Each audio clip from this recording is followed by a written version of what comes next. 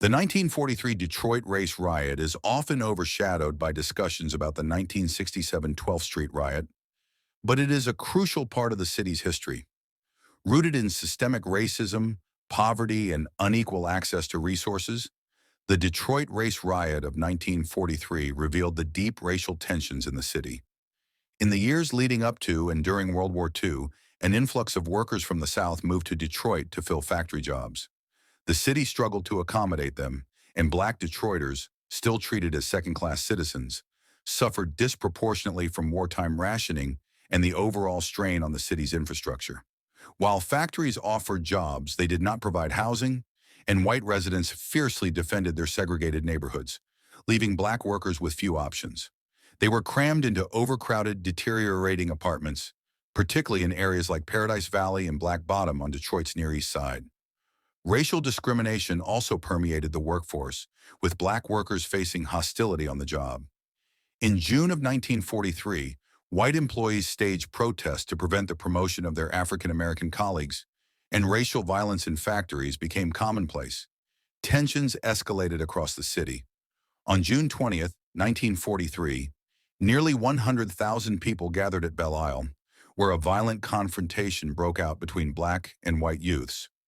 Though the police quickly suppressed the violence, rumors spread later that night, triggering further unrest.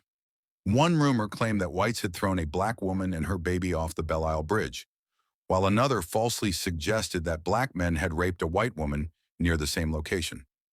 These rumors fueled violent clashes in Paradise Valley and the surrounding areas, with black residents looting white businesses, smashing windows, and attacking white individuals. At the same time, a white mob, angry over the alleged rape, formed near the Roxy Theater on Woodward Avenue.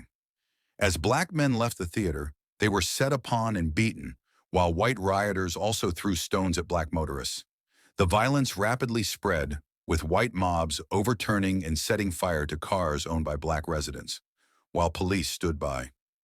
During this chaos, white doctor Joseph D. Herodias was beaten to death while making a house call in Paradise Valley. African-American leaders pleaded with Detroit's mayor, Edward J. Jeffries, to call in national troops. Early the next morning, Michigan Governor Harry Kelly sent in over 3,500 troops who arrived armed with automatic weapons and in armored vehicles. The military presence quelled the violence by midnight, and the streets emptied as residents, fearful for their safety, remained indoors.